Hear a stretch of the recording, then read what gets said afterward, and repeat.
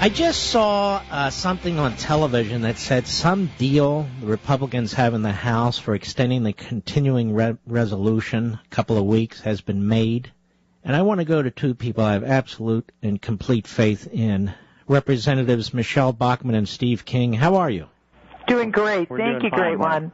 Thanks. Well, what's going on? I've been very hard on your leadership. Very, very hard. What's going on now?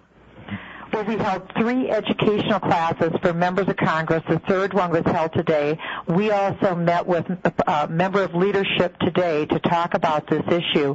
We understand that tomorrow leadership will introduce their continuing resolution to fund the government, because you've told your listeners, Mark, that government will run out of money on March 18th. So they're going to introduce a bill tomorrow. We're quite sure that it will not include language to defund Obamacare. Despite our pleading, we don't think it's going to include it. They'll introduce it tomorrow, and then the House will vote on this next Wednesday. So what we're asking is that all of your listeners call their member of Congress. Steve and I have written a pledge. We're saying that we will not vote for the continuing resolution unless it defunds Obamacare. And we're asking other members of Congress to join us on this pledge so that we will not give leadership our vote unless they're willing to defund Obamacare. Steve King? Well, Michelle covered the groundwork on that, Mark, and then I would add to that we're looking at, as most of your listeners know by now, $105.5 billion in automatic spending that is triggered and written into Obamacare in a deceptive fashion, not completely unprecedented, but is completely unprecedented in scope.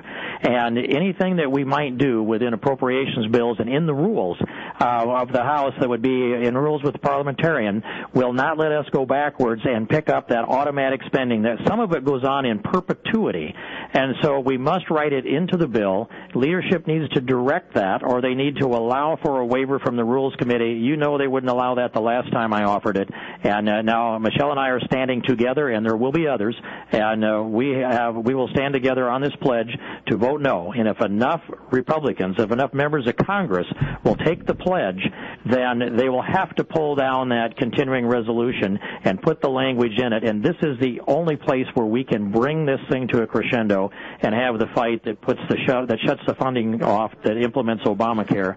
Otherwise, the roots go down, this malignant tumor metastasizes, and before we can get turned around and have another election, it's too late. Let me get this straight, just from a layman's point of view. Do we control the House of Representatives? Yes, we do. Do we control the Rules Committee? Yes, we do.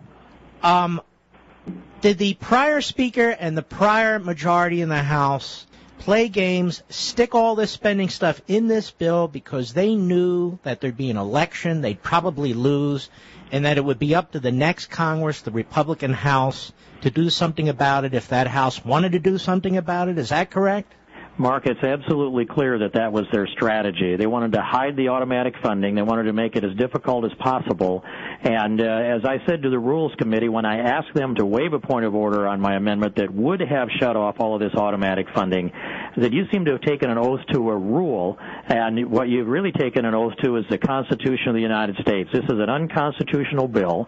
It's not unprecedented at all for the Rules Committee to grant waivers. In fact, Steve, let me just lay it out. Hold on. I want to ask you a question. I want to get to the nub of this. Did we not have Republicans running on repealing this law?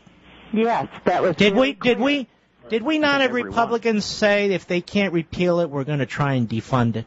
Yes. Mm-hmm. And now we have a rule. Did they run on this rule and say, look, no matter what, there's a rule in place and we're not going to reverse the rule? Did they say that at all during the campaign? No, that's not what elected anybody. It's pretty clear. No one took an oath to pledge to uphold a rule that most of them had never heard of before. So this is a fig leaf. That's what this is. This rule means nothing to the American people. It is a joke. Now, my question to you is this. How many are going to join you in voting no on a continuing resolution that funds Obamacare? That depends on your listeners and how many get to their members. We know that we have a good beginning critical mass of people, but we need more. We need help. We've got from now until next Wednesday, and if your listeners pound the phones and melt the phone lines of their member of Congress, you'll put the pressure on and tell them, look, we demand that you sign this pledge. I'll have it at my website, Michelle Bachmann, and at my Facebook site. Steve King will have it posted at his website and his Facebook site, so your listeners can go and find it at either one of our sites and just urge your member of Congress to sign it and say, the leadership will not get my vote to keep the government running unless they are willing to fight and defund Obamacare. Because here's the point.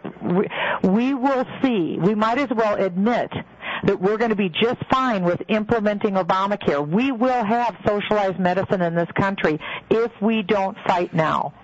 And what is the argument when you raise this with the Republican leadership? What do they say to you?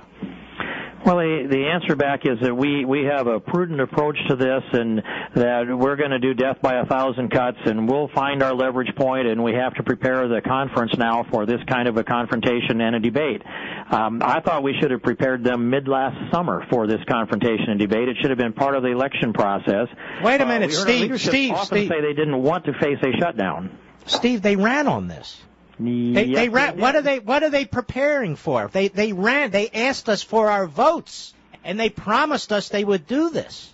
Well, they said that they are not sure that they can hold all the members together on a shutdown. Well, so be it. We now need to fight. This is the moment to fight Obamacare, because otherwise it will be permanent. We will never extricate this. Well, here's the deal. If we can't get every vote, so be it. But you take the vote anyway.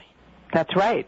Let's separate the men from the boys and the women from the girls.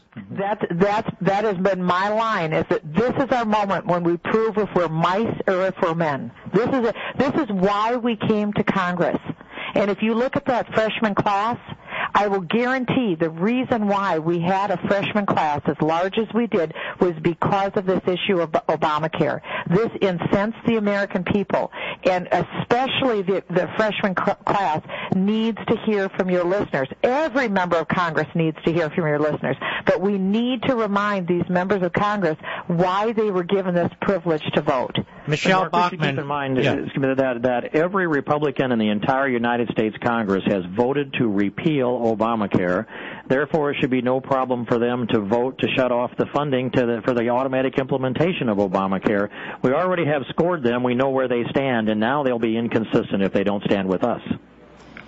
This is why, Michelle Bachmann, they wouldn't let you in the leadership, to be perfectly honest. You don't need to comment on it. This is why they didn't want you as the number 4, whatever the hell it was, because we wouldn't even know about the $105 billion but for you and Steve King waving it around and telling us about it. That's in this bill. I noticed the Speaker hasn't come out repeatedly and mentioned it. It's like it's some kind of big secret. I'm going to tell you what's going on here. You guys don't have to comment. He gave it up on day one when he went on national TV time and again and he said, I'm not going to shut the government down. I don't support shutting the government down. First of all, it's not him shutting the government down. It's not him supporting it. Obama's having parties at the White House. He's not even involved in this. That's number one. Number two, you gave up your hand card. You just told the president, go ahead and kick me around. That's right. That's for sure what it sounds like, Mark. The leverage that we've had here, just think what it could have been if we had made this part of the debate from a leadership standpoint mid-last summer all the way through the campaign. But I've had freshmen come to me and say, were it not for, let's say, the discharge petition and the effort to repeal Obamacare, even then, that they wouldn't be in the United States Congress today. Let's hope that they show up and they sign on to this pledge. My website, Michelle's website, or come to us.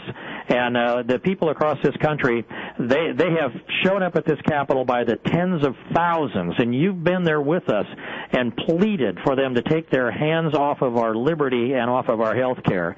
And now it's almost time to call for that same kind of effort. But this effort, I think, can be done by phones and visits to members of Congress's office and asking them, sign on this pledge, keep your word, and if enough of them do that, there will be an immediate renegotiation of this CR, and I think we can hold our ground if the American people will remind these members of Congress why they were elected in the first place.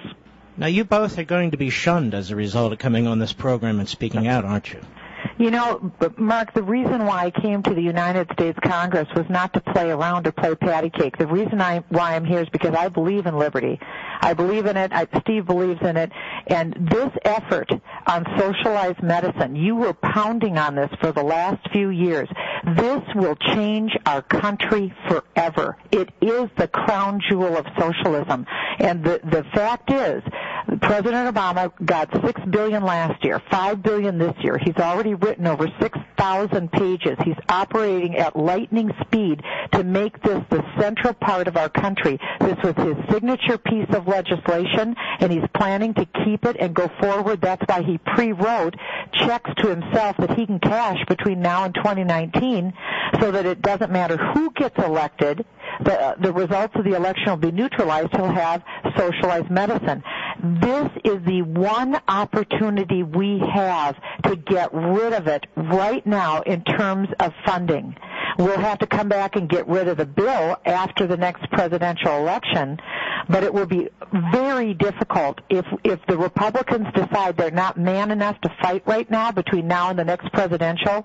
It will be extremely difficult for the next president and the next Congress to get rid of this. Why would you wait to fight this?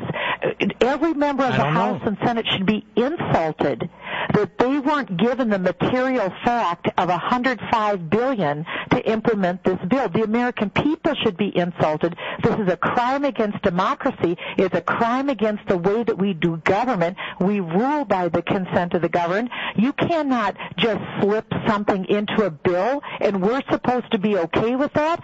Members should be standing up and shouting what an outrage this is. I've got 1 minute left. Steve King, go ahead. Well, I'd say especially this, that in the end it will be public opinion that will decide. This forces the issue so that the president and Harry Reid will be in a position where they'll have the money at their fingertips to run this government in a legitimate fashion, and if they shut down the government, it will be to preserve President Obama's socialized medicine plan that carries his name. Now, Steve, I'm going to tell you something. You don't need to agree with me. If this thing lives, it's the Obama-Boehner health care bill. That's the way I phrase it. Sorry, I'm not trying to get you guys more flack. But what are we waiting for? We're waiting for the run-up to the next election to make the case? I mean, that's ridiculous as far as in terms of even political timing. But look, you two are really heroic. Once you leave my program, I will do a Levin surge. We will give out the numbers for the Capitol building. And these freshmen... These Tea Party candidates who won, they're going to have to make a decision. They either stick with their constituents or they've been sucked into the vortex. So I want to thank you both very much. And if anybody tries to punish you, you let me know, okay? Thank you, Mark. We appreciate the time tonight. Remember, next Wednesday will be the vote. We need to hear from people before next Wednesday. Either one of our websites is where the pledge will be very soon, and we appreciate you coming online and doing this, Mark, and I'll keep my ear tuned to what you do. It's good things you do for the country, and it can turn the history with the way you carry your program from here on out. Well, Steve King and Michelle Bachmann, I'm your biggest fan. So God bless you. You take care. There they go. You believe this? Well, we got a lot more to say about this when we return.